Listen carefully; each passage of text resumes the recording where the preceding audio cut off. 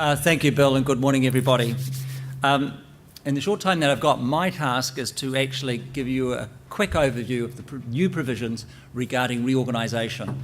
How do you do it? What does the legislation say about it? And it is quite new. These provisions were adopted by Parliament in November last year. And for those of you who may have been involved in making submissions on the local government bill, the Select Committee, of course, heard there were 500 plus submissions. 200 or more people wanted to make direct submissions to the Select Committee. The provisions that came out of Parliament were entirely different to those that actually went into the draft bill, so they are very new. A couple of quick developments before I start on my presentation. Firstly, if you want to know more about these provisions, I'd recommend you go and look at the website of the Local Government Commission. Just in the last couple of days, they've actually revised their guidelines, and they've really spelt out how they intend to interpret the new provisions that are in the legislation. And that website, easy to find, but it's basically www.lgc, short for Local Government Commission, .govt.nz. So as I say, for the latest word on these, just come out, the Local Government Commission has kind of spelt it all out in a lot more detail than I'm going to be able to cover now. Second kind of piece of news is that the Local Government Commission has accepted the reorganisation proposal from Wayne Brown and the Far North District Council. Now that was, if you like, I think tabled. I think Wayne went personally down to Wellington and put it on the desk of the Local Government Commission's Chief Executive just before Christmas. They've had a look at it and they've decided that they will assess that application. And as I go through this, you will understand what I mean when I talk about assessing the application. First, but just a quick little bit of theory. The actual theory around reorganisation and setting jurisdictional boundaries in the ideal world is that we actually try to create boundaries so the preferences within vary as little as possible and the preferences outside are as strong as possible. And that is just simply to say that what we want to do with boundaries is to ensure that the people within local government jurisdictions have very similar values. That ensures that we can actually, that the delivery of public goods is likely to be efficient, that we don't over-provide and we don't under-provide. When you get a heterogeneity, when you get a real mix, a variety of communities all within local government boundaries, it's very difficult then for the policymakers to ensure you're delivering goods to the right level that people actually want. So that's the challenge, but it's not easy. Anyway, how do our new provisions help? The first point is, and this is quite new compared to where we were, is that a much greater variety of people can actually trigger a reorganisation proposal. Now that, in the old legislation, it was quite limited to local authorities, largely, but now any person, any group of people, an affected local authority or even the Minister of Local Government can actually trigger a reorganisation provision. So it's the first thing to note that we've actually widened the pool to kick off a process to reorganise local government. Next question, of course, which actually makes it not as easy as it sounds, is that if you want to ask the Local Government Commission to examine and look at reorganising local government in your area, you need quite a lot of information. And the legislation is very prescriptive on that, and the Commission's guidelines go into a lot more detail. But a few things that I think I'd actually pull out for you. First off, you have to spell out what are the changes you want to make, and also spell out how they will be advanced or achieved by the nature of your proposal. So if your change is to say, well, actually we want to improve economic outcomes and we're going to do that by having fewer councils, you have to explain how that's going to work, or vice versa. The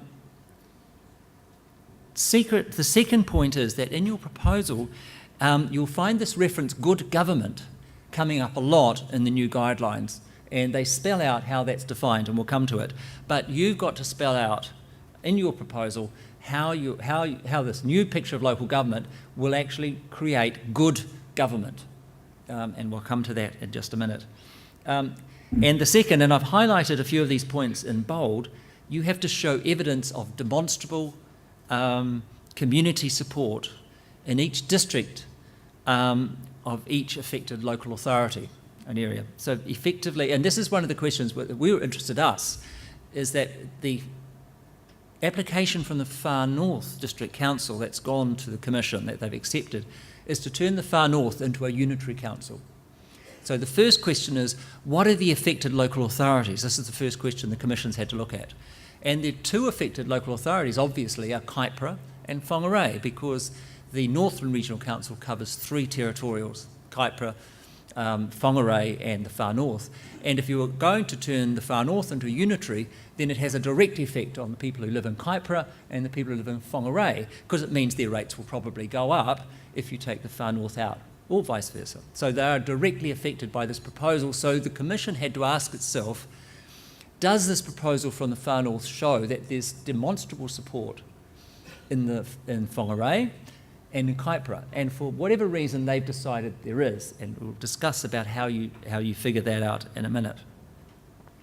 Now, the first question that the Commission asks, when you've gone down there, you've developed your reorganisation proposal, you've given it to the Chief Executive of the Local Government Commission, and the Commission has to decide, are we going to assess this? Because assessing it is not actually a small task, it's quite big, or are we going to send it back and say, sorry, you're not up to speed? And the legislation spells out the criteria that the Commission's got to look at. And a few of the things on this slide are the critical ones. First off, is there demonstrable support in the affected local authorities? This interesting change of words here, that the draft bill that we all made submissions on last year talked about significant support. So the Minister, and after that, decided significant perhaps was too high a threshold. I'm going to reduce that to demonstrable support. Some of us think demonstrable support might be bigger than significant, but this is that one, how many angels have you got on a head of a pin kind of question. And I suspect actually that we may not really understand what demonstrable support means until we've had the Commission's been taken to judicial review from time to time from unhappy communities or councils saying, hey, this is not demonstrable. So that's the first question. When the Commission receives your proposal, they will ask, does it show demonstrable support? They can decline your proposal if it's similar to previous proposals that have been declined. So you can't keep going back. This isn't like a railway station, in and out. So if your proposal is similar to something they've previously looked at and declined, then I'm afraid that's the grounds for not going ahead. They will decline it for obvious reasons that you haven't provided enough information. So if you haven't done the analysis to say our proposal will lead to better local government than what's there now, they may actually throw it out. Frivolous, don't waste your time, obvious one. And then we've got this new one here, this last bottom line, which is kind of fascinating, not in the public interest. And I got up this morning because I thought you're bound to ask the question, what on earth is this about? The Commission's guidelines tell us that, and they really don't know either because they have to figure this out or make it up. Not in the public interest in their mind would be, for example, what if you were doing a reorganisation proposal for Canterbury 3 years ago and the earthquake occurred? It would just not be in the public interest to pursue that at the moment. So that would be grounds to park it or possibly stop it altogether. So it's those, probably the Commission's kind of thinking of in the public interest being unforeseen events that might get in the way. So the question that we will all be asking, what do they mean by demonstrable community support? And we don't really know yet. But we do have a few clues, and the legislation itself has set out a couple of, has attempted to help us in this one. And it suggested petitions, surveys, an obvious one, that we've surveyed all of these districts and we can show that there is demonstrable support for a change of government, local government. Public meetings, letters, 10 letters in support, 100 letters in support, we don't really know, but obviously some level of evidence. Submissions on the subject. The legislation's quite clear on this one. The Commission doesn't have to believe that there's majority support. So we can work out that demonstrable support is not necessarily 50%. Now, Commission, having received your reorganisation proposal and having decided it's not frivolous, then decides, yes, we will assess it. What do they do next? And this is what's about to happen in the Far North. They invite alternative applications. So you might have put all of this work in and got the first, foot in the door, but the Commission's required then to say, has anyone else got an idea for reorganising the district? And it will actually put a public notice in the paper and invite alternative applications. And that alternative application, has to provide a fair degree of information, but not as much information perhaps as the original proposal. Now, the Commission itself, and the reason it has been asked to call for alternative applications, is that it needs to have a series of options. Now, this is one of the criticisms of the status quo, or the pre-status quo, where the Commission would only ever had one option. It was never able to move beyond the option. So the legislation is designed to ensure that the Commission has a range of options, and it's got to basically assess those options to come up with what legislation refers to as reasonable practical options. So you've got a whole series of alternative options. The Commission can put its own options on the table, and the status quo is also an option. And the Commission then has to review all of these options against set criteria that's put in the legislation, as you can imagine. One of those interesting practical options has got to look at that the options must contain one or more communities of interest. And that is telling us you can't have an option that is less than a community of interest. So you can't actually cut a community interest in half, in a sense. That's quite true. Critical in this whole thing is the definition of good local government. And as you can see, when you put in your reorganisation proposal at the start, you have to say that it's going to lead to good local government. So the million-dollar question is, what on earth do they mean by good local government? And I have to say, sadly for the Commission, the criteria of good local government has grown significantly with the recent changes to the Local Government Act. So that makes it kind of more difficult in a way, because it means they have to make a lot of trade-offs. But the things to think about here, that it's going to promote the purpose of local government, and Julie actually outlined the purpose of local government in the previous presentation, and it has to facilitate improved economic performance. So how do these things, purpose of local government, delivering public service, local public services, enhancing democratic decision-making on the one hand, and on the other hand, improving economic performance. And it does that by improving efficiencies, cost savings, improving productivity, not just in the council, but also in businesses and households. And this last one, which is it feels like a bit of an afterthought, is reducing and simplifying planning processes. So those are all of the things that the Commission's going to be looking at your proposal and saying, does it lead to this? And make it. So let's assume that you've got a big tick. The Commission says, yes, great. It's going to have simplified planning proposals. It's going to lead to efficiencies. What happens next? The Commission basically has to tell everybody, yes, we've agreed to that, and we're going to develop a draft reorganisation proposal. So it's useful to think of these labels. We started off with a proposal. We've now gone to a draft reorganisation proposal.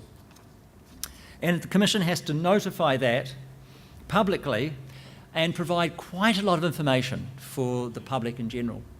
And so you would expect at this stage in the newspaper, you can imagine it as being an insert in the newspaper of some set, that you will actually have the Commission saying, this is the notified reorganisation proposal, a lot of information. It may include references to community boards and local boards, but they can be included later on. And that draft proposal becomes subject to consultation. So again, we go through now a public consultation on the Commission's draft reorganisation proposal. So this is the proposal the Commission thinks is best out of the range of proposals it's received. And the consultation process is pretty much a kind of standard consultation process we're all pretty used to. Now, having heard public consultations on the proposal, the Commission then says, we've got it right. We'll tweak it here and there, but we think it's about right. We will now turn it into a draft reorganisation scheme. And it's right there. And when that is announced publicly, we've got a draft reorganisation scheme, people have the right to hold a poll as to whether or not they like it. And the poll, and this is my last slide, by the way, the poll can be requested basically if by petition signed by 10% of voters in one affected council.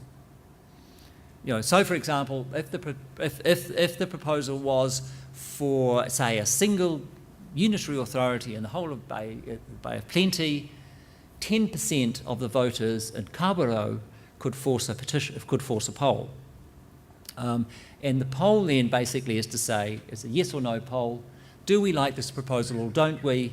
If 50% of those people who vote in favour, then the new proposal goes ahead to become a reorganisation scheme rather than a draft reorganisation. If 50% or more vote against it, then the status quo will reign. And essentially, the Local Government Commission, by order in council, will establish the new local authority. So very quickly, that, I'm afraid, is the process that will have to go through if you want to look at changing local government within any kind of region within New Zealand. Thank you, Bill.